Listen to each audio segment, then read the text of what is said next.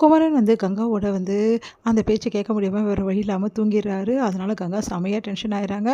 இங்கே வந்து என்ன பண்ணுறாங்க, யமுனா வந்து பெட்ரூம்குள்ளே வராங்க.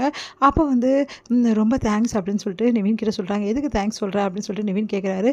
வேறு எதுக்கு, எனக்காக எவ்வளோ ரிஸ்க் எடுத்திருக்கீங்க, எனக்காக இவ்வளோ பெரிய விஷயத்த பண்ணியிருக்கீங்களே, என் வீடை காப்பாற்றுறதுக்கும் என் குடும்பத்தை காப்பாற்றுனா இதெல்லாம் பண்ணியிருக்கீங்க. அதனால் எவ்வளோ தேங்க்ஸ் சொன்னாலும் உங்களுக்கு பத்தாது நிவின் அப்படின்னு சொல்கிறாங்க. உன் தேங்க்ஸ் யாருக்கு வேணும் அப்படின்னோடனே அது கேட்டு செமையாக டென்ஷன் ஆகிடுறேன். என்ன நிவின் இப்படி பேசுங்க, வேறு என்ன சொல்கிறது, உன் தேங்க்ஸ்க்காக நான் இதெல்லாம் பண்ணேன். விஜயும் குமரனும் பாவம் ரொம்ப கஷ்டப்பட்டாங்க. அதனால் அண்ணனுக்காகவும் வந்து விஜய்க்காக தான் இதெல்லாம் நான் பண்ணேன். உனக்காக ஒன்றும் நான் பண்ணலை.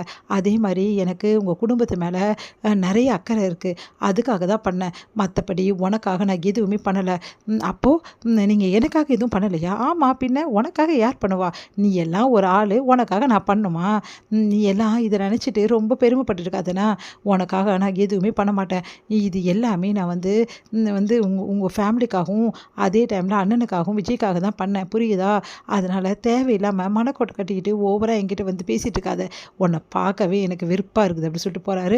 அதெல்லாம் கேட்டு எவ்வளோ செமையாக டென்ஷன் ஆகி, எனக்கு தெரியாத நிவின், இதுக்கெல்லாம் காரணம் காவேரி தானே, காவேரிக்காக தான் இதெல்லாம் பண்ணிகிட்ருக்கீங்க, எனக்கு தெரியாதுன்னு நினச்சிட்டு இருக்காதீங்க அப்படி சொல்லிட்டு டென்ஷன் ஆகுறாங்க யமுனா.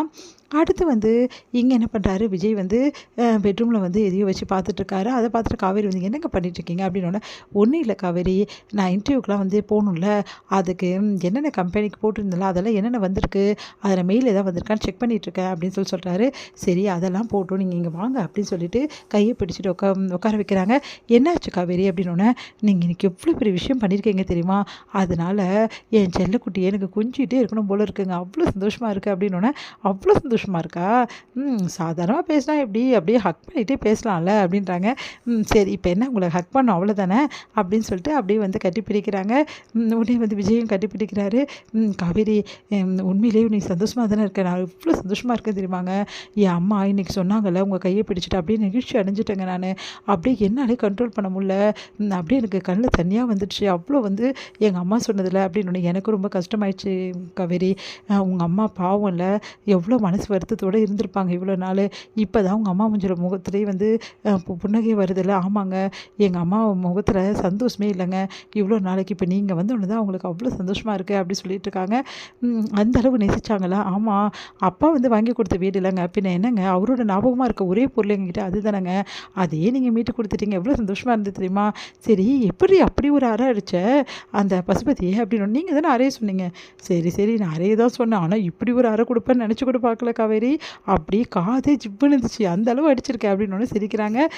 ரொம்ப தேங்க்ஸுங்க அப்படின்றாங்க. எதுக்கு தேங்க்ஸ்லாம், இங்கே பார் இது என்னோடய கடமை, இந்த குடும்பம் என்னோடது தான், உன்னோடது மட்டும் கிடையாது, நீ மட்டும் இந்த குடும்பத்தை ஒரு ஆள் நினைக்காத, நானும் தான், என்னை சேர்த்து காமிட்டிங்கன்னா எனக்கு கோவம் வந்துடணும், சேச்சா அப்படிலாம் ஒன்றும் இல்லைங்க அப்படின்னு சொல்லிட்டு அப்படியே ஹக் பண்ணிக்கிறாங்க. சரி குட்டி பாப்பா என்ன சொல்லுது, அவங்க அப்பாவோட சாகசத்தெல்லாம் கேட்டு ரொம்ப சந்தோஷம் அடையுது, என்கிட்ட சொல்லிச்சு, அப்பா என்னம்மா இப்படி இருக்காரு அப்படின்னு சொல்லிட்டு, அப்படியே சொல்லிச்சு அப்படின்னு சொல்லிட்டு அப்படியே வந்து கிட்ட வந்து அப்படியே வயிற்றுக்கை வந்து கிஸ் பண்ணுறாரு விஜய். சரிடி அசைவுகள்லாம் உனக்கு தெரியுதா காவேரி, இப்போ கொஞ்சம் பரவாயில்லைங்க, லைட்டாக தெரியுது, சரி காவேரி நான் கை வச்சு பார்க்கட்டுமா, எனக்கு எதாவது தெரியுதான்னு பார்க்கலாமா அப்படின்னு சொல்லிட்டு கை வச்சு பார்க்குறாரு.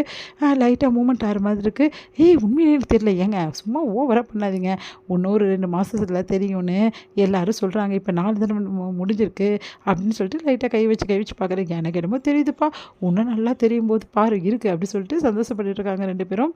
இங்கே வந்து என்ன பண்ணுறாங்க, விஜய் பற்றி ரொம்ப பெருமையாக வந்து அவங்க அத்தைக்கிட்ட பேசிகிட்டு இருக்காங்க. நம்ம சாரதா எவ்வளோ பெரிய விஷயம் அந்த தம்பி பண்ணியிருக்குதுல, நினச்சி கூட பார்க்கல அப்படின்னு சொல்லிட்டு சந்தோஷப்பட்டு இருக்காங்க. மறுநாள் காலையில் வந்து என்ன பண்ணுறாங்க, எல்லாருமே வந்து வீட்டில் இருக்கும்போது கரெக்டாக தாத்தா பாட்டி வராங்க. தாத்தா பாட்டின்னு பார்த்தோன்னே எல்லாருக்கும் ரொம்ப சந்தோஷமாகுது. விஜய் ஓடி வந்து அப்படியே பாட்டியை வந்து கட்டிக்கிறாரு, தாத்தாவையும் கட்டிக்கிறாரு. என்ன எப்படி இருக்கீங்க, என்னடா இந்த பாட்டியை மறந்துட்டியான்னொன்னே, அதெல்லாம் ஒன்றும் இல்லை பாட்டி, என்ன திடீர்னு 2 பேரும் வந்திருக்கீங்க, அதெல்லாம் ஒரு நல்ல விஷயம் பேச தான் வந்திருக்கோம் அப்படின்ட்டு சாரதா கிட்ட சொல்கிறாங்க.